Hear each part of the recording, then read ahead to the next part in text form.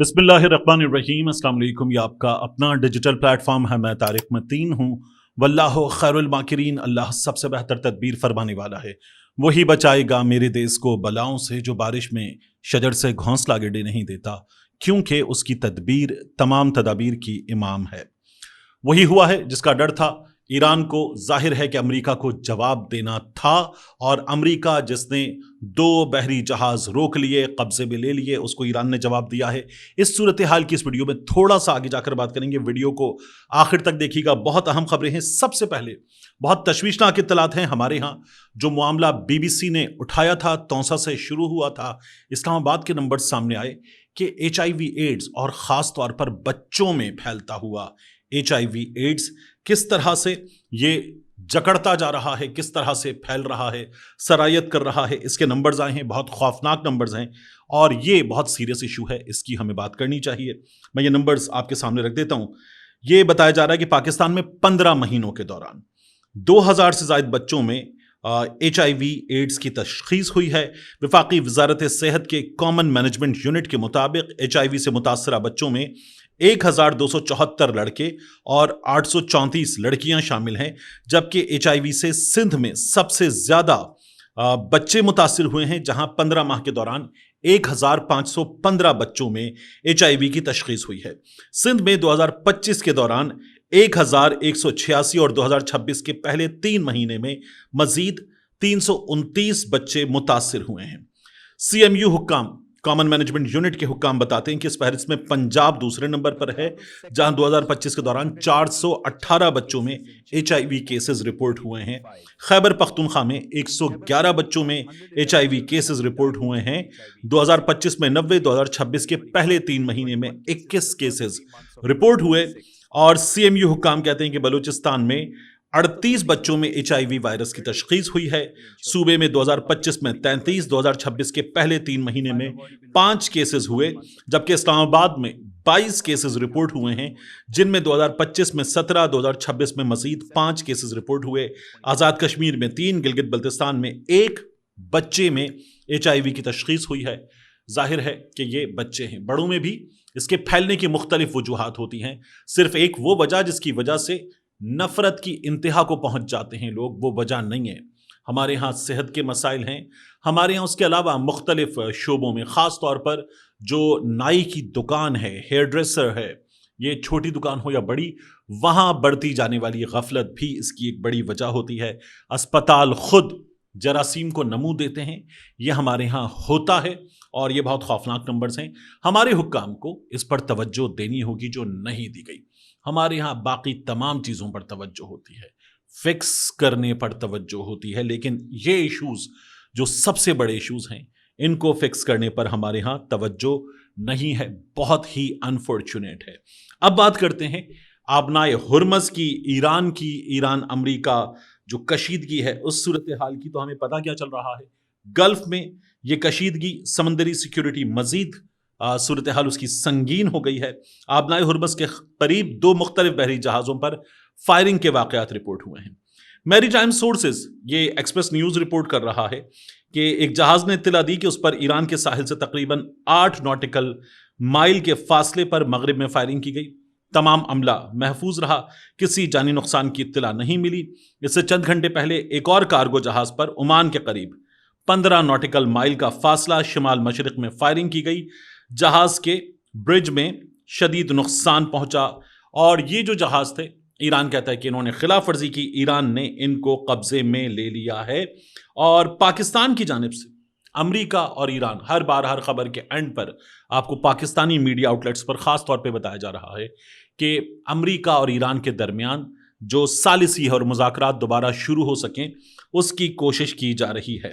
इन हालात में ये जो कशीदगी, इसकी वजह से आलमी मालियाती मंडियों में, स्टॉक मार्केट्स में, फाइनेंशियल सेक्टर में बेचैनी है, और तेल की कीमतों में ठीक ठाक इजाफा रिकॉर्ड किया गया है। आलमी मंडी में ब्रांड खाम तेल की जो कीमत है वो 5% इजाफे के बाद $100 फी बैरल के करीब पहुंच गई है।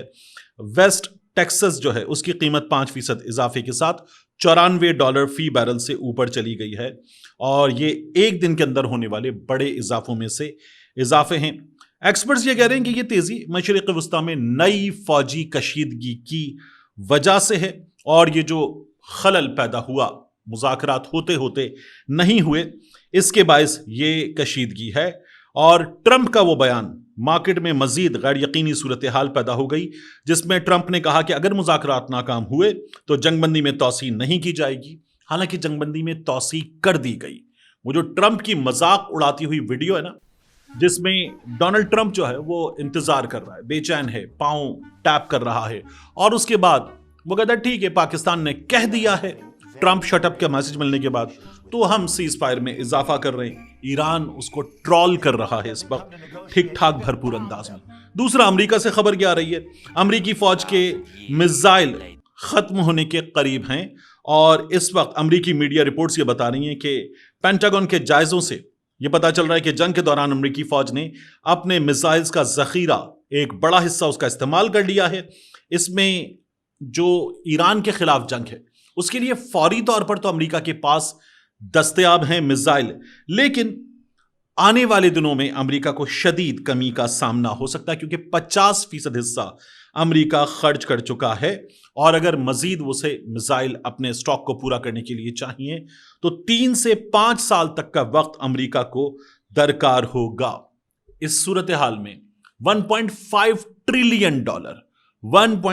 ٹریلین کے ساتھ امریکہ کا دفاعی بجٹ سامنے آ گیا ہے۔ پینٹاگن نے اس کی تفصیلات جاری کی ہیں، اور امریکی تاریخ کا سب سے بڑا دفاعی بجٹ، اس بھاری بجٹ میں بحری جہاز، جدید جنگی طیارے، میزائل دفاعی منصوبے، اور اس کے ساتھ ساتھ گولڈن ڈوم، ان کے لیے $750 ارب مختص کیے گئے ہیں۔ اس بجٹ کا بڑا حصہ جدید ہتھیاروں اور نئی ٹیکنالوجی کو ڈیولپ کرنے پر خرچ کیا جائے گا، اور امریکہ جو ہے وہ پریشان ہے۔ اس وقت امریکہ کو جو مار پڑی، امریکہ کے وہم و گمان میں بھی نہیں تھا کہ جس ایران کے بارے میں یہ خیال کیا جا رہا تھا کہ 1 سے 2 دن میں سب کچھ کولیپس کر جائے گا، اس ایران نے مار مار کے امریکہ اور امریکہ کی ناجائز اولاد کو صحیح لفظوں میں دمبا بنا دیا، اور اب امریکہ جو ہے وہ یہ اقدامات اٹھانے پر مجبور ہو گیا ہے۔ ایران کو ہتھیار دینے والوں پر امریکہ نے 14 افراد اور کمپنیز کو بلیک لسٹ کر دیا ہے۔ یہ پابندیاں ایران کے اسلحہ نیٹ ورک کو نشانہ بنانے کے لیے عائد کی گئی ہیں، جس کے ذریعے مختلف ذرائع سے ہتھیاروں کی فراہمی امریکہ کہتا ہے کہ جاری تھی۔ تو امریکہ اپنے ہتھیار، ان کی تعداد، ان کی کوالٹی، مختلف چیزیں بڑھانا چاہتا ہے، انہانس کرنا چاہتا ہے، اور ایران کے گرد شکنجہ مزید سخت کرنے کی امریکہ کی کوشش ہے۔ اقوام متحدہ میں جو ایران کے مندوب ہیں، انہوں نے کہا کہ امریکی ناکہ ختم ہو جائے تو مذاکرات ممکن ہیں، ہو جائیں گے مذاکرات، لیکن اس کے لیے یہ جو یو ایس بلاکیڈ ہے، یہ بلاکیڈ اینڈ ہوگا تو بات ہو پائے گی۔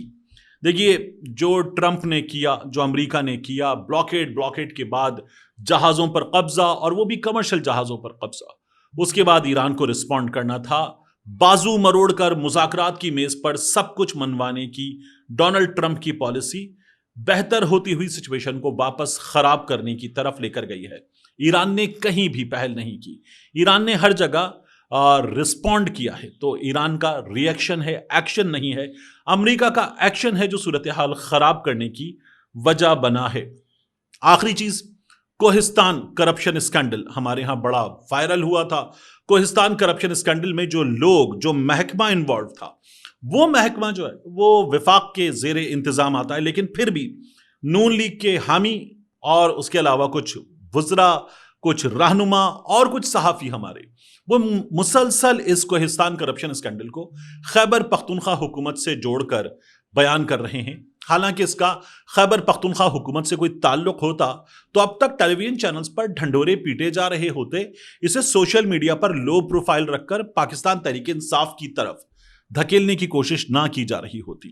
تو اس کرپشن اسکینڈل میں ایک اور پلی بارگین ہو گیا ہے۔ بی بی سی کیا رپورٹ کر رہا ہے؟ بی بی سی بتاتا ہے کہ 3 ارب 86 کروڑ کی پلی بارگین ہوئی ہے، چیئرمین نیب نے منظوری دے دی ہے، اور اس مجرم، یہاں ملزم استعمال کیا جاتا ہے، لیکن جس شخص نے یہ مان لیا کہ میں نے کیا تھا، مجھ سے اتنے پیسے لے لو، وہ مجرم ہے۔ اس مجرم محمد ایوب کے معاملے میں پلی بارگین کی منظوری ہو گئی ہے، تو پیسے دے کر ایک اور شخص چھوٹ گیا ہے۔ یہ اس کرپشن اسکینڈل میں سے نکلنے والا دوسرا شخص ہے۔ वायरल तरीन स्कैंडल जिसमें पेंट के डिब्बों में से नोटों की गड्डियां निकल रही थी। उसके बाद वो ऐसी जगहों से नोट निकल रहे थे जिसे हमने बॉलीवुड की फिल्म्स में देखा है कि दीवारें तोड़ी जा रही हों और खून बरस रहा हो। वही मामला कोहिस्तान करप्शन स्कैंडल में हुआ था, जहां गाड़ियां थी, जेवरात थे, नकदी थी, न जाने क्या कुछ निकला। और उसके बाद हमारे यहां हुआ तो सिर्फ प्रोपेगेंडा। और इस मुल्क में हमने जो कानून बनाया हुआ है उस कानून के तहत लोगों को पैसे लेकर छोड़ने का सिलसिला जारी रखा हुआ है, क्योंकि हमारा निजाम मुजरिम को पकड़कर उल्टा लटकाकर उसकी जेबें खाली करने में नाकाम है। मिलते हैं इंशाल्लाह आपसे अगली वीडियो में।